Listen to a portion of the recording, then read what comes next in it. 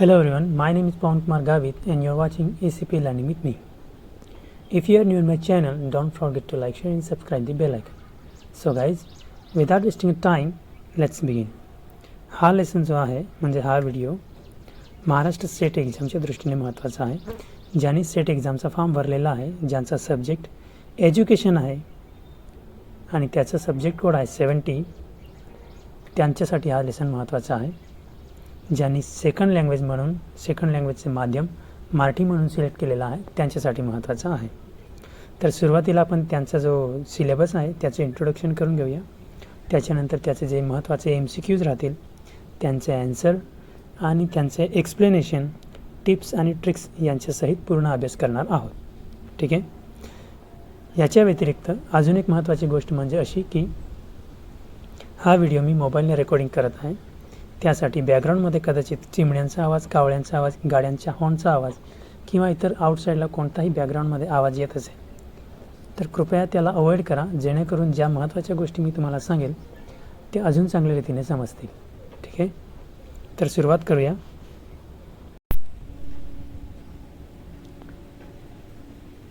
कदाचित मी सांगण्याच्या आधीच तुम्ही ऑलरेडी एज्युकेशनचा जो बी सिलेबस आहे तो महाराष्ट्र सेटनेटच्या ऑफिशियल वेबसाईटवरून डाउनलोड केलेलाच असेल, परंतु आपण शॉर्टकटमध्ये जाणार आहोत. सिलेबस शॉर्टमध्ये इंट्रोडक्शन करून घेऊ. परीक्षेच्या दृष्टीने जे पण महत्त्वाचे आहे त्यांच्यावर फोकस करू आणि त्याच्यानंतर जे MCQs आहे त्यांच्याकडे वळणार आहोत.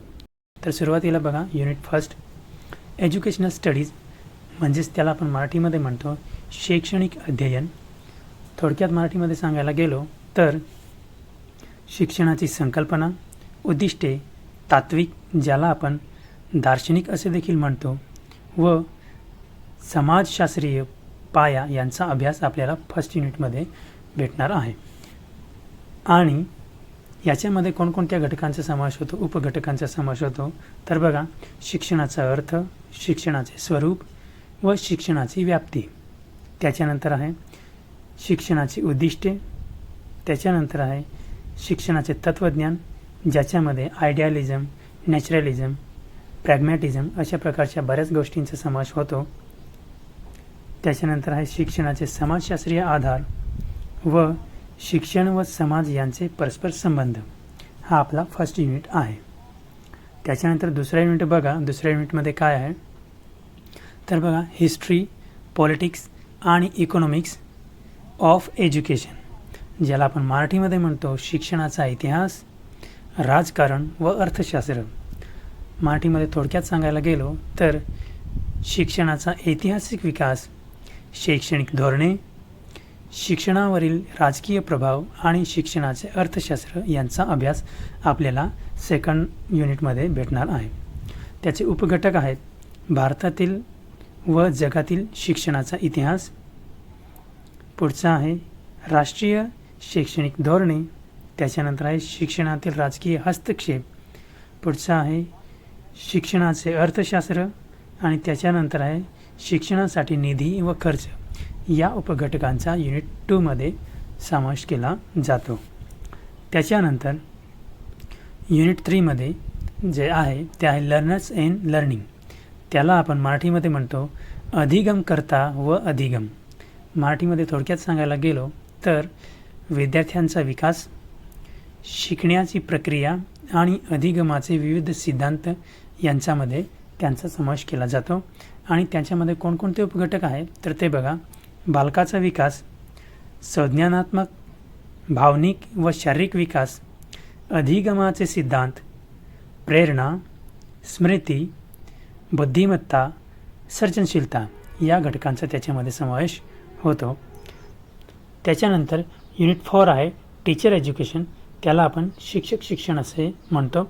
मराठीमध्ये थोडक्यात सांगायला गेलो तर शिक्षकांची तयारी, त्यांचे प्रशिक्षण, त्यांचा व्यावसायिक विकास व त्यांची गुणवत्ता वृद्धीचा अभ्यास हे आपल्याला टीचर एज्युकेशनमध्ये पाहायला भेटेल. आणि त्याचे उपघटक कोणते आहे तर ते बघा, शिक्षक शिक्षणाचा इतिहास, प्री सर्व्हिस व इन सर्व्हिस ट्रेनिंग, शिक्षकांची व्यावसायिक नैतिकता आणि शेवटचं आहे ते आहे शिक्षकांचा सतत व्यावसायिक विकास म्हणजेच CPD. त्याच्यानंतर पुढचं जे युनिट आहे ते बघा, करिक्युलम स्टडीज म्हणजेच पाठ्यचर्या अध्ययन, त्याला आपण मराठीमध्ये म्हणतो पाठ्यचर्येची संकल्पना, त्याची रचना, त्याचा विकास, त्याची अंमलबजावणी व त्याचे मूल्यांकन यांचा अभ्यास. आणि त्याच्यामध्ये कोणते उपघटक आहे तर ते बघा, पाठ्यचर्येचे प्रकार, curriculum design, curriculum development, curriculum evaluation आणि हिडन करिक्युलम म्हणजेच त्यांची रचना, त्यांचा विकास आणि त्यांचे मूल्यांकन, अशा प्रकारच्या गोष्टींचा युनिट नंबर 5 मध्ये समावेश केला जातो. त्याच्यानंतर हा unit number 6 research in education, त्याला मराठीमध्ये आपण म्हणतो शैक्षणिक संशोधन. मराठीमध्ये थोडक्यात सांगायला गेलो तर शैक्षणिक क्षेत्रातील समस्यांचा वैज्ञानिक पद्धतीने अभ्यास करून निष्कर्ष काढण्याची प्रक्रिया म्हणजेच शैक्षणिक संशोधन. आणि याच्यामध्ये कोणत्या उपघटकांचा समावेश होतो तर ते बघा, संशोधनाचा अर्थ, संशोधनाचे प्रकार, संशोधनाची समस्या किंवा संशोधन समस्या, गृहीतक, त्याला आपण इंग्लिशमध्ये हायपोथेसिस असे म्हणतो. त्याच्यानंतर आहे संशोधन रचना, नमुना निवड, माहिती संकलन, सांख्यिकी विश्लेषण आणि संशोधन अहवाल इत्यादी उपघटकांचा युनिट नंबर 6 मध्ये समावेश केला जातो किंवा समावेश केलेला आहे. त्याच्यानंतर जे पुढचं आहे ते बघा, पेडागॉजी, एंड्रागॉजी अँड असेसमेंट, ज्याला आपण मराठीमध्ये शिक्षणशास्त्र, प्रौढ शिक्षण व मूल्यांकन असे म्हणतो. मराठीमध्ये थोडक्यात सांगायला गेलो तर मुलांना शिकवण्याच्या पद्धती, प्रौढांना शिकवण्याची तत्त्वे आणि विद्यार्थ्यांच्या प्रगतीचे मूल्यांकन यांचा अभ्यास याच्यामध्ये समावेश आहे. त्याच्यानंतर याच्यामध्ये कोणकोणते उपघटक येतात तर ते बघा, पेडागॉजी बाल शिक्षण, एंड्रागॉजी प्रौढ शिक्षण, अध्यापन पद्धती, मूल्यांकन, चाचण्या. त्याच्यानंतर आहे CCE म्हणजेच कंटिन्युअस कॉम्प्रिहेन्सिव्ह इव्हॅल्युएशन. त्याच्यानंतर आहे फॉर्मेटिव्ह व सुमेटिव्ह असेसमेंट इत्यादी उपघटकांचा याच्यामध्ये समावेश केला आहे. त्याच्यानंतर पुढचं जे आहे ते बघा, टेक्नॉलॉजी इन एज्युकेशन किंवा टेक्नॉलॉजी फॉर एज्युकेशन, ज्याला आपण मराठीमध्ये शैक्षणिक तंत्रज्ञान असे म्हणतो. मराठीमध्ये थोडक्यात सांगायला गेलो तर बघा, शिक्षणात माहिती व दळणवळण तंत्रज्ञान म्हणजेच ICT आणि डिजिटल साधनांचा प्रभावी वापर. आणि याच्यामध्ये कोणते उपघटक आहे तर ते बघा, ICT, e learning, online learning, digital classroom, MOOCs, AI in education आणि एज्युकेशनल सॉफ्टवेअर इत्यादी उपघटकांचा याच्यामध्ये समावेश केलेला आहे. त्याच्यानंतर जे पुढचं आहे ते बघा, unit number 9 educational management, administration and leadership, ज्याला आपण मराठीमध्ये म्हणतो शैक्षणिक व्यवस्थापन, प्रशासन व नेतृत्व. मराठीमध्ये थोडक्यात सांगायला गेलो तर शैक्षणिक संस्थांचे नियोजन, व्यवस्थापन, प्रशासन आणि प्रभावी नेतृत्व यांचा अभ्यास. आणि याच्यामध्ये कोणते उपघटक येतात तर ते बघा, शैक्षणिक व्यवस्थापन, शैक्षणिक प्रशासन, नेतृत्वाचे सिद्धांत, शाळा व्यवस्थापन, गुणवत्ता हमी आणि शैक्षणिक नियोजन इत्यादी उपघटकांचा समावेश केलेला आहे. त्याच्यानंतर लास्टमध्ये आहे इन्क्लुसिव्ह एज्युकेशन, ज्याला आपण मराठीमध्ये म्हणतो समावेशक शिक्षण.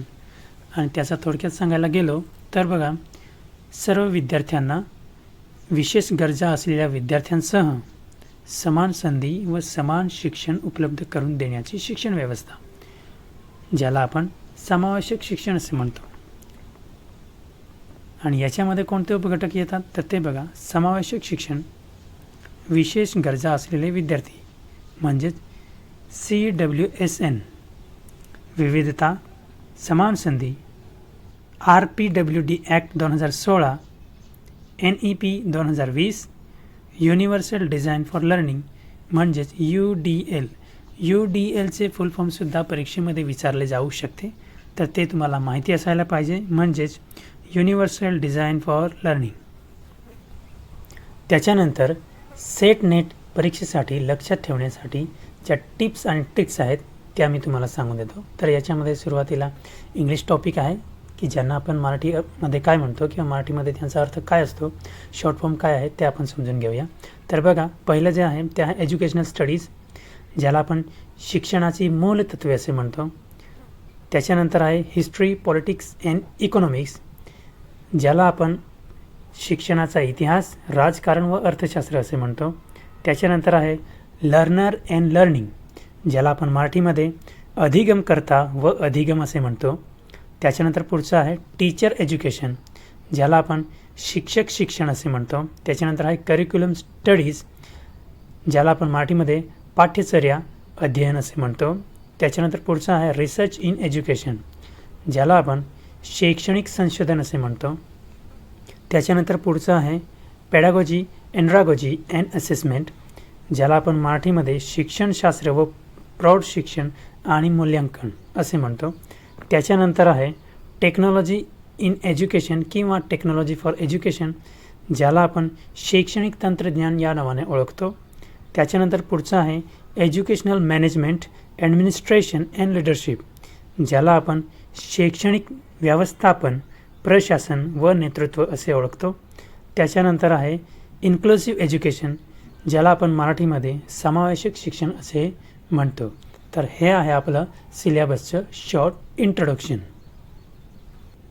सिलेबसचे इंट्रोडक्शन झाल्यानंतर आता आपल्याला MCQ कवर करायचे आहे, ते पण पूर्णच्या पूर्ण 100 MCQ. ठीक आहे. तर मी तुम्हाला सांगून देतो, प्रत्येक प्रश्नासाठी तुमच्याकडे तो प्रश्न सोडवण्यासाठी 10 सेकंद मी देणार आहे. त्या 10 सेकंदाच्या आत तुम्हाला प्रश्न सोडवावा लागेल. ठीक आहे. त्याच्यानंतर अजून एक महत्त्वाची गोष्ट की प्रश्नाचं ऑप्शन अ, ब, क असं दिलेलं आहे.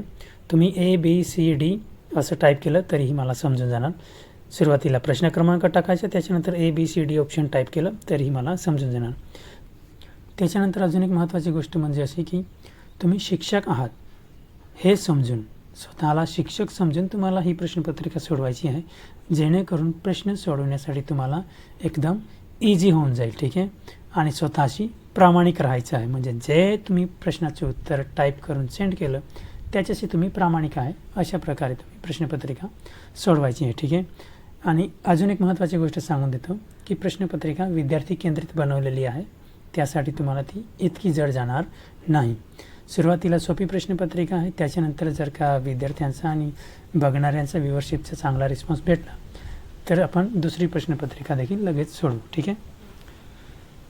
तर सुरुवात करूया. प्रश्न क्रमांक 1, शिक्षणाच्या समाजशास्त्रीय दृष्टिकोनानुसार शाळेचे सर्वात महत्त्वाचे कार्य कोणते मानले जाते? ऑप्शन अ, केवळ विद्यार्थ्यांना रोजगार मिळवण्यासाठी किंवा रोजगार तयार करणे. ऑप्शन ब, विद्यार्थ्यांचे सामाजिकरण करून सामाजिक मूल्ये हस्तांतरण करणे. ऑप्शन क, केवळ विद्यार्थ्यांची बौद्धिक क्षमता मोजणे. ऑप्शन ड, विद्यार्थ्यांमध्ये स्पर्धात्मक वृत्ती निर्माण करणे. तर चला कमेंट करा लगेच तुमचा आन्सर.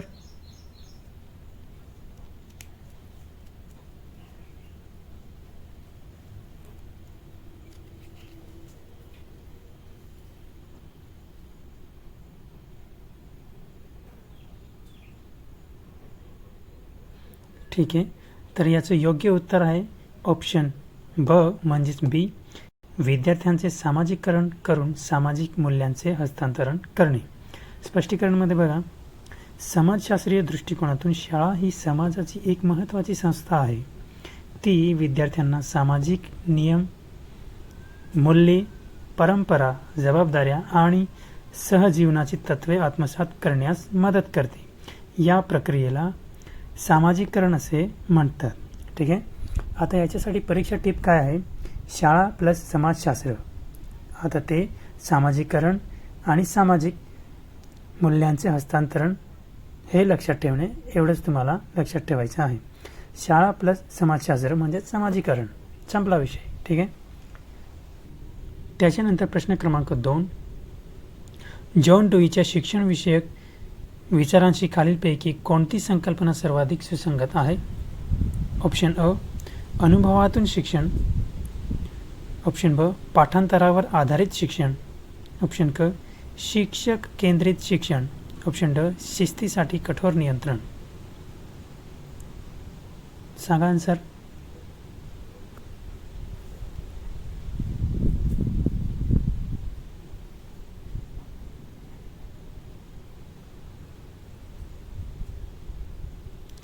तर याचे योग्य उत्तर आहे अनुभवातून शिक्षण.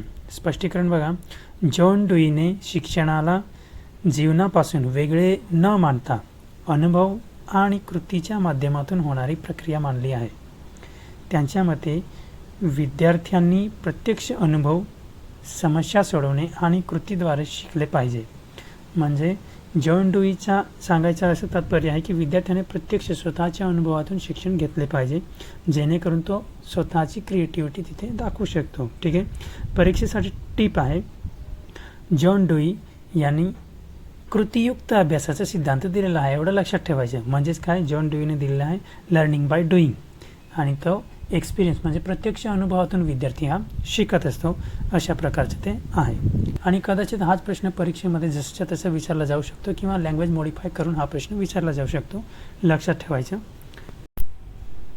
त्याच्यानंतर प्रश्न क्रमांक 3, एखाद्या संशोधकाला 2 चलांमध्ये संबंध आहे की नाही हे तपासायचे आहे, परंतु एका चलामुळे दुसऱ्या चलावर कारणात्मक परिणाम होतो असे सिद्ध करायचे नाही. अशा वेळी कोणती संशोधन पद्धती अधिक योग्य ठरेल? ऑप्शन अ, ऐतिहासिक संशोधन. ऑप्शन ब, सहसंबंधात्मक संशोधन. ऑप्शन क, प्रायोगिक संशोधन. ऑप्शन ड, कृती संशोधन. 10 सेकंदामध्ये आन्सर द्या लवकर.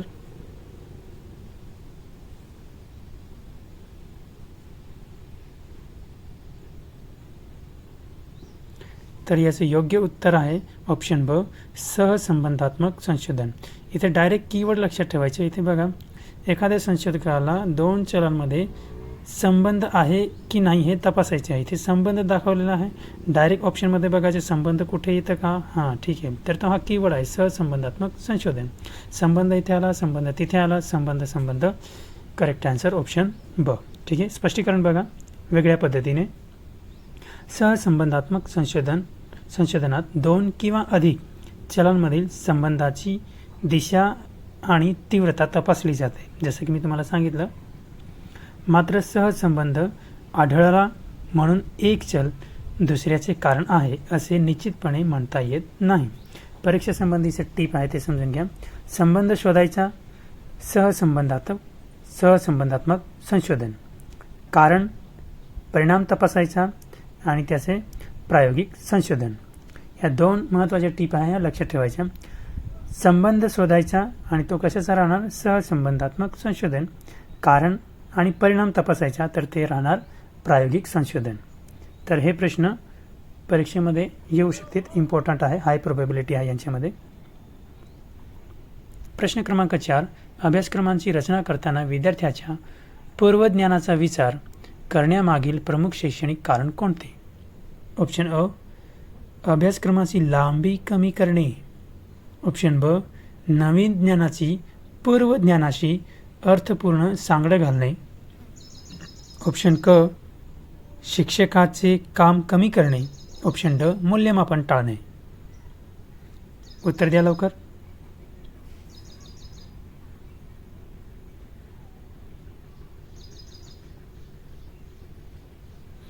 तर याचं करेक्ट आन्सर आहे ऑप्शन ब, नवे ज्ञानाची पूर्वज्ञानाशी अर्थपूर्ण सांगड घालणे. स्पष्टीकरण बघा, विद्यार्थ्याचे पूर्वज्ञान हे नवीन ज्ञान समजून घेण्यासाठी महत्त्वाचे आधारभूत साधन असते. नवीन संकल्पना पूर्वज्ञानाशी जोडल्यास अर्थपूर्ण अधिगम आणि अधिक प्रभावीपणे घडतो. परीक्षेसंबंधी टीप समजून घ्या. पूर्वज्ञान प्लस नवीन ज्ञान म्हणजेच ते अधिपूर्ण अधिगम. परीक्षेमध्ये हेच विचारलं जाऊ शकतं की अधिपूर्ण अधिगम काय आहे, तर त्याचे कीवर्ड लक्षात ठेवायचे, पूर्वज्ञान प्लस नवीन ज्ञान. ठीक आहे. प्रश्न क्रमांक 5, समावेशक शिक्षणाचा मूलभूत उद्देश कोणता आहे? ऑप्शन अ, विशेष गरजा असलेल्या विद्यार्थ्यांसाठी स्वतंत्र शाळा निर्माण करणे. ऑप्शन ब, सर्व विद्यार्थ्यांना त्यांच्या विविधतेसह समान शैक्षणिक संधी उपलब्ध करून देणे. ऑप्शन क, केवळ गुणवंत विद्यार्थ्यांना मुख्य प्रवाहात ठेवणे. ऑप्शन ड, विद्यार्थ्यांचे त्यांच्या क्षमतेनुसार कायमस्वरूपी वर्गीकरण करणे. तुमच्याकडे आहे 10 सेकंद, लगेच कमेंट करा.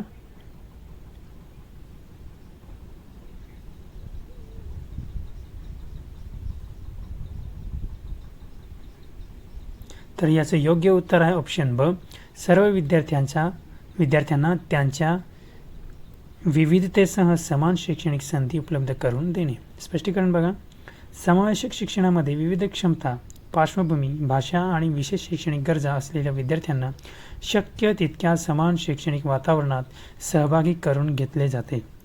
उद्देश सहभाग, समान संधी आणि भेदभावमुक्त शिक्षण हा आहे. ठीक आहे. परीक्षेसंबंधित टिप समजून घ्या. इन्क्लुझिव्ह एज्युकेशनचा प्रश्न आला तर त्याच्यासाठी कीवर्ड्स कोणते लक्षात ठेवायचे, तर बघा, सर्वांचा सहभाग, समान संधी प्लस विविधतेचा स्वीकार हे कीवर्ड्स लक्षात असू द्यायचे. जर प्रश्न आला, प्रश्न वेगळ्या पद्धतीने सुद्धा विचारला जाऊ शकतो, म्हणजे प्रश्न उलटा विचारला जाऊ शकतो. जसं की सर्वांचा सहभाग, समान संधी आणि विविधतेचा स्वीकार हे कशाचं उदाहरण आहे, तर तिथे वेगवेगळे ऑप्शन असू शकतात आणि त्याच्यामध्ये इन्क्लुझिव्ह एज्युकेशन, समावेशक शिक्षण अशा प्रकारचे तिथे ऑप्शन तुम्हाला भेटून जाणार. ठीक आहे. तर लक्षात असू द्यायचं कीवर्ड्स. प्रश्न क्रमांक 6, शिक्षकाने विद्यार्थ्यांना समस्या दिली आणि त्यावर विविध संभाव्य उपाय शोधण्यास सांगितले. या प्रक्रियेत खालीलपैकी कोणती क्षमता सर्वाधिक विकसित होण्याची शक्यता आहे? ऑप्शन अ, केवळ स्मरणशक्ती. ऑप्शन ब, सर्जनशील आणि चिकित्सक विचार. ऑप्शन क, केवळ अनुकरण. ऑप्शन ड, निष्क्रिय ग्रहण क्षमता. कमेंट करा तुमचा आन्सर. जरी ऑप्शन अ, ब, क, ड असले तरी तुम्ही option A, B, C, D असे कमेंट करू शकतात. प्रश्न क्रमांक आणि ए, बी, सी, डी असे आन्सर तुम्ही देऊ शकतात. तर बघा, याचं योग्य आन्सर आहे सर्जनशील आणि चिकित्सक विचार.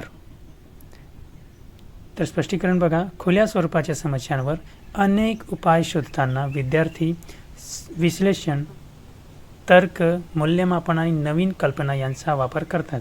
त्यामुळे चिकित्सक विचार आणि सर्जनशील विचार दोन्हीही विकसित होतात.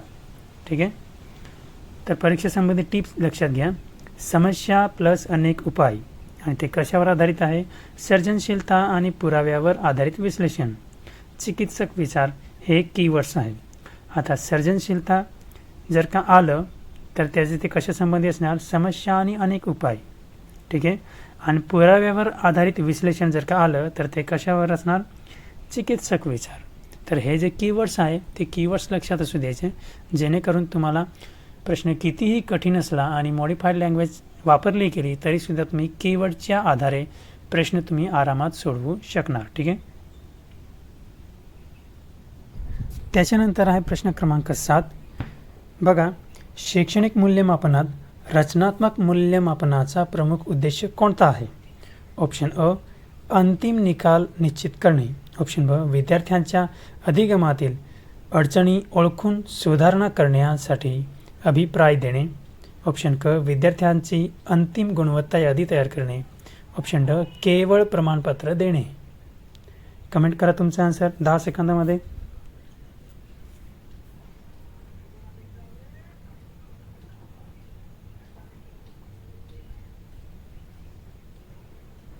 तर याचं योग्य उत्तर आहे ऑप्शन बी म्हणजेच ब, विद्यार्थ्यांचा अधिगमातील अडचणी ओळखून सुधारणा करण्यासाठी अभिप्राय देणे. त्याचं थोडक्यात स्पष्टीकरण बघून घेऊया. तर बघा, रचनात्मक मूल्यमापन हे अध्यापन अधिगम प्रक्रियेदरम्यान केले जाते. त्यातून विद्यार्थ्यांची प्रगती, त्यांच्या अडचणी, त्यांचा गैरसमज ओळखून तात्काळ अभिप्राय दिला जातो आणि पुढील अध्यापनात सुधारणा केली जाते किंवा करता येते. ठीक आहे. परीक्षेसंबंधित टिप्स आहेत ती लक्षात घ्या. Formative during learning, feedback and improvement. म्हणजे विद्यार्थी शिकताना काय काय करू शकतो, तर तो फीडबॅक देऊ शकतो आणि स्वतःचे इम्प्रूव्हमेंट म्हणजे स्वतःचा विकास करू शकतो. तर फीडबॅक अँड इम्प्रूव्हमेंट हे कशासंबंधी आहे, तर हे फॉर्मेटिव्ह लर्निंगच्या संबंधी आहे, ते ड्युरिंग अँड लर्निंगच्या संबंधी आहे. लक्षात ठेवायचा हा कीवर्ड आहे. प्रश्न क्रमांक 8.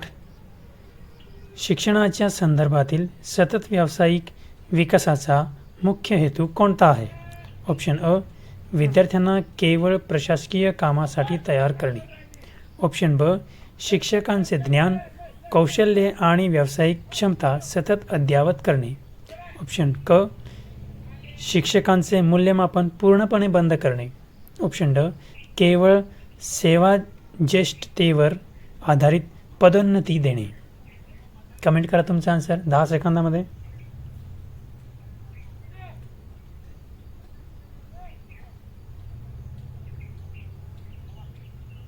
ठीक आहे, तर याचं योग्य उत्तर आहे ऑप्शन ब शिक्षकांचे ज्ञान, कौशल्ये आणि व्यावसायिक क्षमता सतत अद्ययावत करणे. थोडक्यात स्पष्टीकरण बघून घेऊया. शिक्षण क्षेत्रात नवीन अध्यापन पद्धती, तंत्रज्ञान, संशोधन आणि शैक्षणिक धोरणांमध्ये सतत बदल होत असतात. त्यामुळे शिक्षकांनी सतत शिकत राहणे आणि स्वतःच्या व्यावसायिक क्षमतांचा विकास करणे आवश्यक आहे.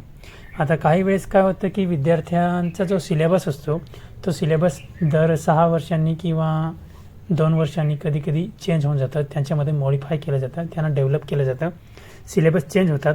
म्हणून एका शिक्षकाने अपडेट राहणे हे फार महत्त्वाचं आहे. त्या अनुषंगाने हा प्रश्न विचारला गेलेला आहे. ठीक आहे. परीक्षेसंबंधी टीप आहे. व्यावसायिक विकास तो कशा प्रकारचा असतो तर सतत शिकणे प्लस कौशल्य वृद्धी आणि अद्ययावतीकरण हे आहे. ठीक आहे. तर हे व्यावसायिक विकास जे दिलेला आहे त्याच्यासाठी कीवर्ड आहे सतत शिकणे, कौशल्य वृद्धी आणि अद्ययावतीकरण. ठीक आहे.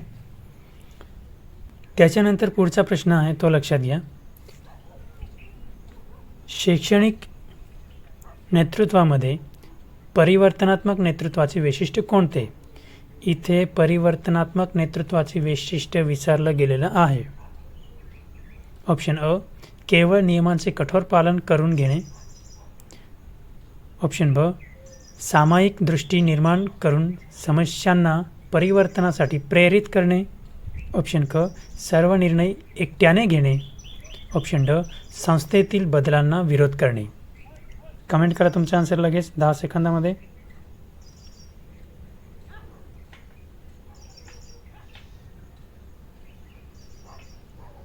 तर याचे योग्य उत्तर आहे ऑप्शन ब सामायिक दृष्टी निर्माण करून समस्यांना परिवर्तनासाठी प्रेरित करणे.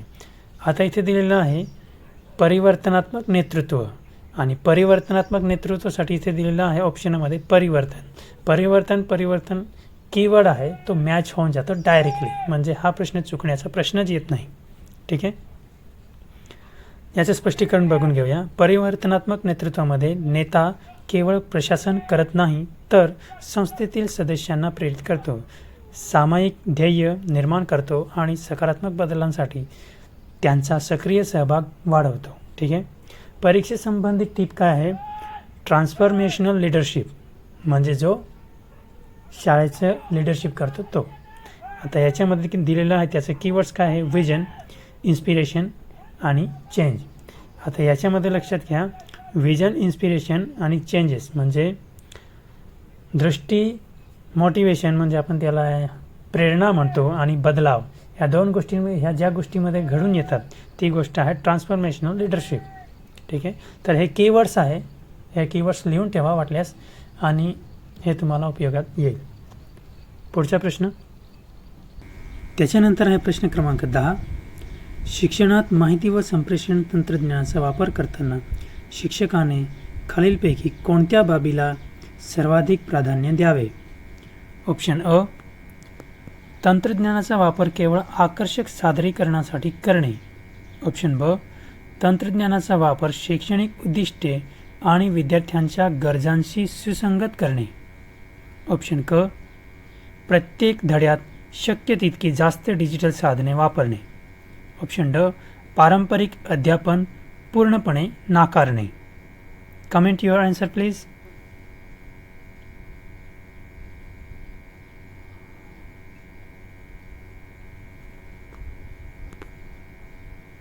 तर याचे योग्य उत्तर आहे ऑप्शन ब म्हणजेच तंत्रज्ञानाचा वापर शैक्षणिक उद्दिष्टे आणि विद्यार्थ्यांच्या गरजांशी सुसंगत करणे.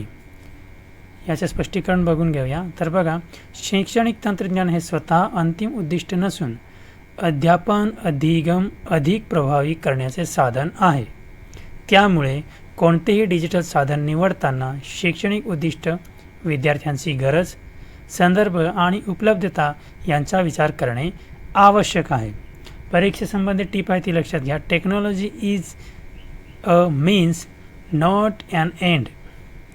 आधी शैक्षणिक उद्दिष्ट नंतर तंत्रज्ञान. म्हणजे विद्यार्थी केंद्रित जर का अभ्यासक्रम असेल तर सुरुवातीला विद्यार्थ्यांना कशा प्रकारे समजावता येईल त्या गोष्टीकडे लक्ष द्यायचा, त्याच्यानंतर तंत्रज्ञानाचा वापर करायचा. ठीक आहे, तर ही गोष्ट लक्षात असू द्यायची. आणि बघा इथे याच्यामध्ये स्पष्टीकरणामध्ये बघा, अध्यापन अधिगम अधिक प्रभावी करण्याचे साधन कोणते आहेत अशा प्रकारचा सुद्धा प्रश्न विचारला जाऊ शकतो, किंवा कोणत्या माध्यमातून तुम्ही विद्यार्थ्यांना अधिक प्रभावी पद्धतीने शिकवू शकतात. आणि तिथे ऑप्शनमध्ये असणार ICTचा वापर. ICTचा वापर हा ऑप्शनमध्ये तिथे असणार, तर तिथे त्याच्या ठिकाणी तुम्हाला टिक मार्क करायचे आहे, ते उत्तर असणार. ठीक आहे. त्याच्यानंतर प्रश्न क्रमांक 11, रचनावादी कन्स्ट्रक्टिव्हिस्ट दृष्टिकोनानुसार विद्यार्थ्यांच्या अधिगमाबाबत खालीलपैकी कोणते विधान सर्वाधिक आहे? ऑप्शन अ, विद्यार्थी शिक्षकांकडून ज्ञान निष्क्रियपणे स्वीकारतात. ऑप्शन ब, ज्ञान हे केवळ पाठ्यपुस्तकातून प्राप्त होते. ऑप्शन क, विद्यार्थी पूर्वज्ञान आणि अनुभवाच्या आधारे स्वतः ज्ञानाची निर्मिती करतात. ऑप्शन ड, सर्व विद्यार्थ्यांनी एकाच पद्धतीने आणि एकाच गतीने शिकले पाहिजे. Comment your answer within 10 second.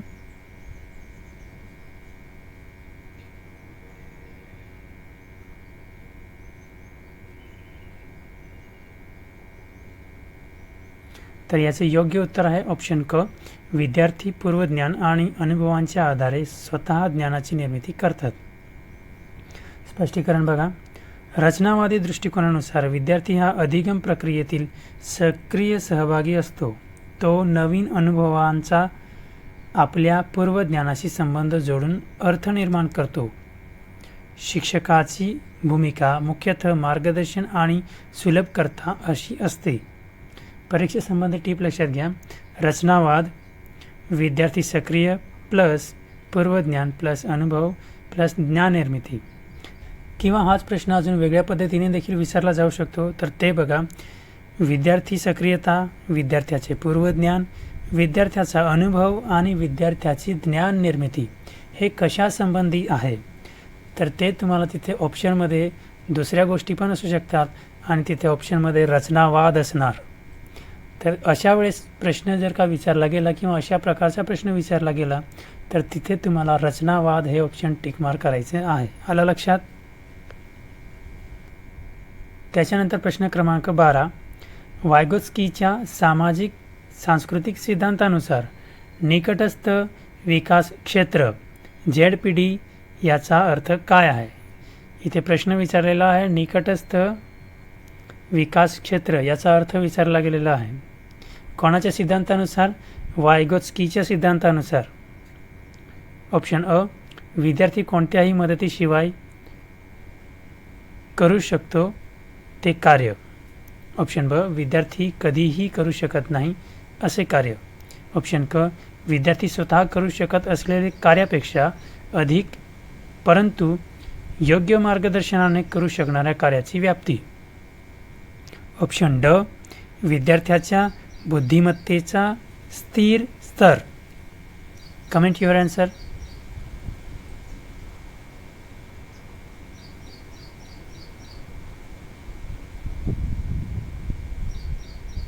Okay, तर याचे योग्य उत्तर आहे ऑप्शन क, विद्यार्थी स्वतः करू शकत असलेल्या कार्यापेक्षा अधिक परंतु योग्य मार्गदर्शनाने करू शकणाऱ्या कार्याची व्याप्ती.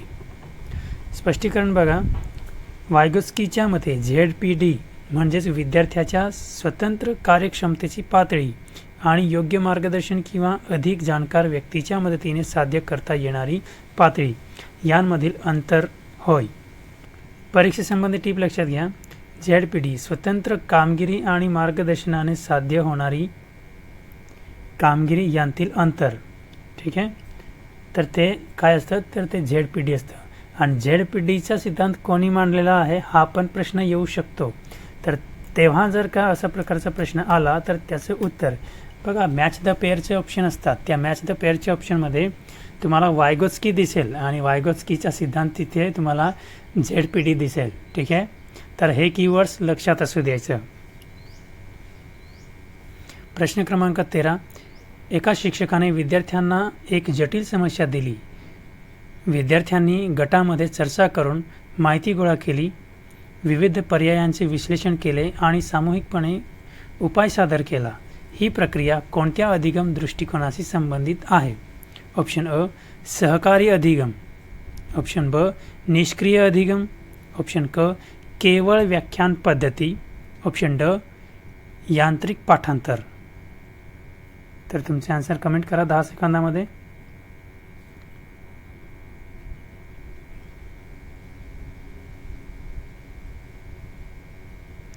तर याचे योग्य उत्तर आहे ऑप्शन अ सहकारी अधिगम. स्पष्टीकरण बघा. सहकारी अधिगमामध्ये विद्यार्थी लहान गटांमध्ये एकत्रितपणे कार्य करतात. परस्पर संवाद, जबाबदारीचे वाटप, चर्चा आणि सामूहिक समस्या निराकरण यांमुळे ज्ञान निर्मिती होते. आलं लक्षात? परीक्षेसंबंधी टीप लक्षात घ्या. गट कार्य अधिक परस्परावलंबन अधिक सामूहिक उद्दिष्ट. आणि ह्या गोष्टी कशाशी संबंधित आहे? तर ह्या गोष्टी सहकारी अधिगमाशी संबंधित आहे. हे कीवर्ड्स आहे. गट कार्य, परस्परावलंबन आणि सामूहिक उद्दिष्ट. प्रश्नामध्ये हे असू शकतात आणि ऑप्शनमध्ये सहकारी अधिगम असणार. तर हे कीवर्ड्स आहे, तर हे कीवर्ड्स लक्षात असू द्यायचे. किंवा प्रश्न सहकारी अधिगमाबद्दल असेल तर कीवर्ड तुम्हाला ऑप्शनमध्ये गट कार्य, परस्परावलंबन आणि सामूहिक उद्दिष्ट हे शोधावं लागेल. ठीक आहे. तर बारकाईने प्रश्न वाचायचा जेणेकरून तुम्हाला उत्तर आणि त्यांचे कीवर्ड शोधता आले तर तुम्ही योग्य उत्तर आरामात देऊ शकता. आणि जितकं होईल तितकं ब्रेन शांत ठेवायचं. आणि शिक्षक आहे तर शिक्षकासारखा विचार करायचा जेणेकरून तुम्हाला उत्तर शोधण्यामध्ये अजिबात अडचण जाणार नाही. प्रश्न क्रमांक 14. एखाद्या संशोधकाने एका शाळेतील विद्यार्थ्यांच्या वाचनातील अडचणी ओळखल्या. त्यानंतर त्याने विशेष अध्यापन हस्तक्षेप केला, परिणामांचे निरीक्षण केले आणि आवश्यकतेनुसार अध्यापनात बदल केले. हे कोणत्या प्रकारच्या संशोधनाचे उदाहरण आहे? ऑप्शन अ ऐतिहासिक संशोधन, ऑप्शन ब कृती संशोधन, ऑप्शन क मूलभूत संशोधन, ऑप्शन ड सर्वेक्षण संशोधन. तुमचे आन्सर कमेंट करा लगेच. तर त्याचे योग्य उत्तर आहे ऑप्शन ब कृती संशोधन. परीक्षेसंबंधी टीप लक्षात घ्या. प्रत्यक्ष शैक्षणिक समस्या प्लस त्वरित सुधारणा ह्या दोन गोष्टी आहेत. ह्या दोन्ही गोष्टी कशाशी संबंधित आहे? तर ह्या दोन्ही गोष्टी कृती संशोधनाशी संबंधित आहे. तर हे कीवर्ड्स लक्षात असू द्यायचे. प्रश्न क्रमांक 15. शैक्षणिक संशोधनात शून्य परिकल्पना नल हायपोथेसिस प्रामुख्याने कशाचे प्रतिपादन करते? ऑप्शन अ दोन चलामध्ये निश्चित कारणात्मक संबंध आहे, ऑप्शन ब दोन चलामध्ये किंवा गटांमध्ये कोणताही महत्त्वपूर्ण फरक अथवा संबंध नाही, ऑप्शन क संशोधकाची अपेक्षा निश्चितपणे खरी आहे, ऑप्शन ड संशोधन निष्कर्ष आधीच ज्ञात आहेत. कमेंट करा तुमचा आन्सर 10 सेकंदामध्ये.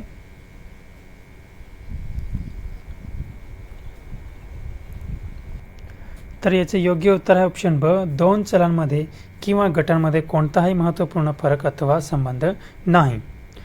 याचे स्पष्टीकरण बघा. शून्य परिकल्पना सामान्यतः असे गृहीत धरते की अभ्यासातील चलांमध्ये सांख्यिकीय दृष्ट्या महत्त्वपूर्ण फरक किंवा संबंध अस्तित्वात नाही. या गोष्टीवर लक्षात घ्या. सांख्यिकीय दृष्ट्या महत्त्वपूर्ण फरक किंवा संबंध अस्तित्वात नाही.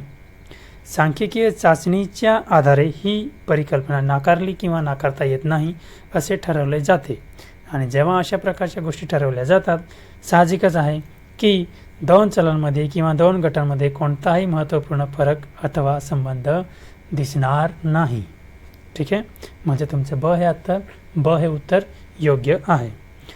परीक्षेसंबंधित टीप लक्षात घ्या. नल हायपोथेसिस आणि त्याचा कीवर्ड आहे नो सिग्निफिकंट किंवा नो डिफरन्सेस किंवा नो सिग्निफिकंट ऑफ रिलेशनशिप हे कीवर्ड्स राहतील. ज्या ठिकाणी प्रश्नामध्ये तुम्हाला no significant, no difference, no significant relationship दिसेल तर त्याचं उत्तर तिथे तुम्हाला नल हायपोथेसिस करावं लागेल.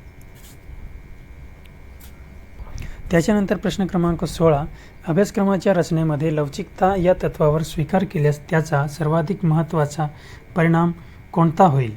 ऑप्शन अ, सर्व विद्यार्थ्यांना कोणत्याही परिस्थितीत समान अनुभव देणे. ऑप्शन ब, बदलत्या सामाजिक गरजा आणि विद्यार्थ्यांच्या विविध गरजांनुसार अभ्यासक्रमात आवश्यक बदल करता येणे. ऑप्शन क, अभ्यासक्रमातील सर्व विषय काढून टाकणे. ऑप्शन ड, केवळ परीक्षेच्या गुणांवर आधारित अभ्यासक्रम तयार करणे. Comment your answer within 10 second.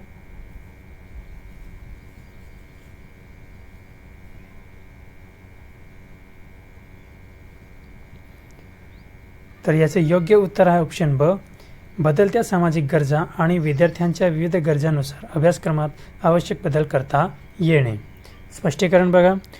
लवचिक अभ्यासक्रम हा स्थिर आणि अपरिवर्तनीय नसतो. सामाजिक, तांत्रिक व शैक्षणिक बदलानुसार तसेच विद्यार्थ्यांच्या विविध गरजांनुसार त्यांत आवश्यक सुधारणा करता येतात. आता याच्यामध्ये परीक्षेसंबंधी टिप काय लक्षात घ्या, कीवर्ड्स लक्षात घ्या. फ्लेक्सिबल करिक्युलम्स म्हणजे बदलत्या गरजांशी जुळवून घेण्याची क्षमता. प्रश्न क्रमांक 17, खालीलपैकी कोणते मूल्यमापन अध्यापनाच्या शेवटी विद्यार्थ्याने साध्य केलेल्या अधिगम परिणामांचे अंतिम मूल्य निर्धारण करण्यासाठी अधिक उपयुक्त आहे? ऑप्शन अ, निदानात्मक मूल्यमापन. ऑप्शन ब, रचनात्मक मूल्यमापन. ऑप्शन क, संकलित मूल्यमापन. आणि ऑप्शन ड, अनौपचारिक निरीक्षण. Comment your answer.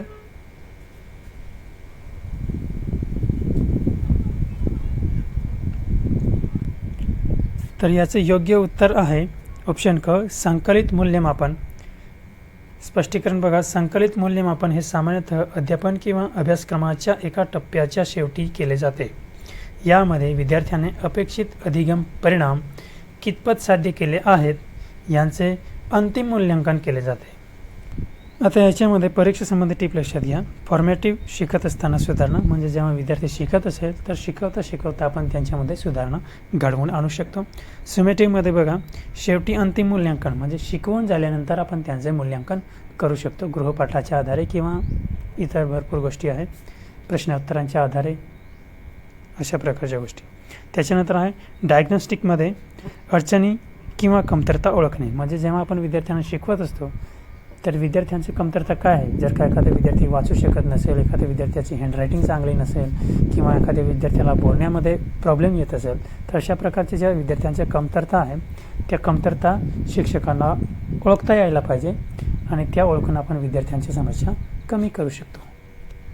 त्याच्यानंतर आहे प्रश्न क्रमांक 18, समावेशक वर्गामध्ये एका विद्यार्थ्याला शिकण्यासाठी अतिरिक्त वेळ आणि विशेष शैक्षणिक साधनांची आवश्यकता आहे. शिक्षकाने त्याला आवश्यक सुविधा उपलब्ध करून दिल्या हे कोणत्या तत्वाशी सर्वाधिक संबंधित आहे? ऑप्शन अ, समानता म्हणजे सर्वांना अगदी समान सुविधा देणे.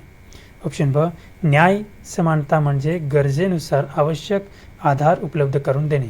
ऑप्शन क, विद्यार्थ्यांचे कायमस्वरूपी विभाजन. ऑप्शन ड, केवळ उच्च क्षमतेच्या विद्यार्थ्यांना अतिरिक्त सुविधा देणे. Comment your answer.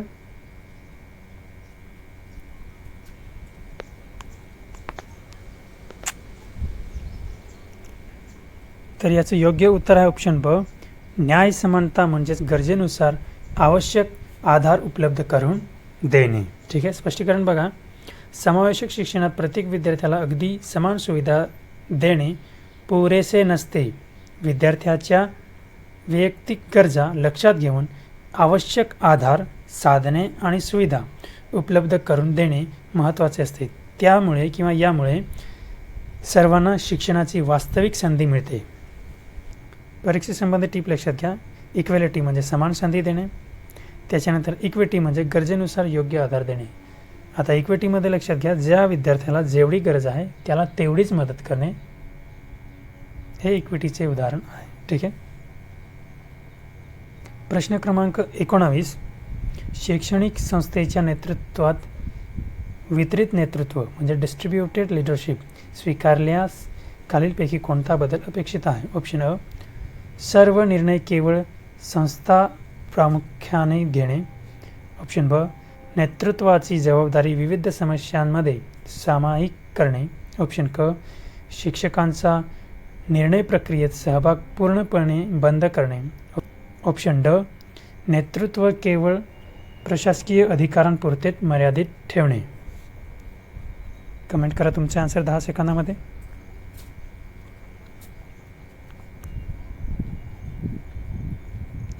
तर याचे योग्य उत्तर आहे ऑप्शन ब. नेतृत्वाची जबाबदारी विविध समस्यांमध्ये सामायिक करणे. स्पष्टीकरण लक्षात घ्या. वितरित नेतृत्वामध्ये नेतृत्व ही केवळ एक व्यक्तीची भूमिका न मांडता संस्थेतील विविध व्यक्तींच्या ज्ञान, कौशल्य आणि सहभागावर आधारित सामूहिक प्रक्रिया मानली जाते. आता याची परीक्षेसंबंधी टीप लक्षात घ्या. डिस्ट्रीब्युटेड लीडरशिप हा कीवर्ड आहे आणि याच्या संबंधी जर का दुसरा कीवर्ड असेल तर तो काय असेल? Leadership shared across people. त्याच्यानंतर पुढचा प्रश्न आहे प्रश्न क्रमांक 20. एखाद्या शिक्षकाने विद्यार्थ्यांना फक्त बरोबर किंवा चूक असे सांगण्याऐवजी त्यांच्या उत्तरातील त्रुटी स्पष्ट करून पुढे सुधारणा करावी याबद्दल विशिष्ट सूचना दिल्या. या प्रक्रियेत मूल्यमापनाचा कोणता घटक प्रभावीपणे वापरला गेला? ऑप्शन अ. अभिप्राय. ऑप्शन ब. प्रमाणित चाचणी. ऑप्शन क. श्रेणीकरण. ऑप्शन ड. निवड प्रक्रिया. कमेंट करा तुमचा answer 10 सेकंदामध्ये.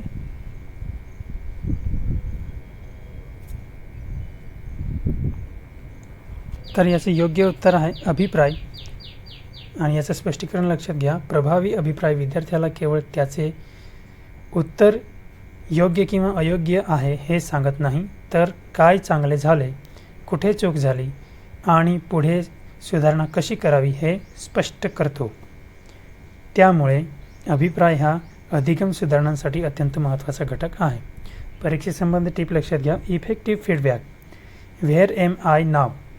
How can I improve? तर हे कीवर्ड्स राहतील.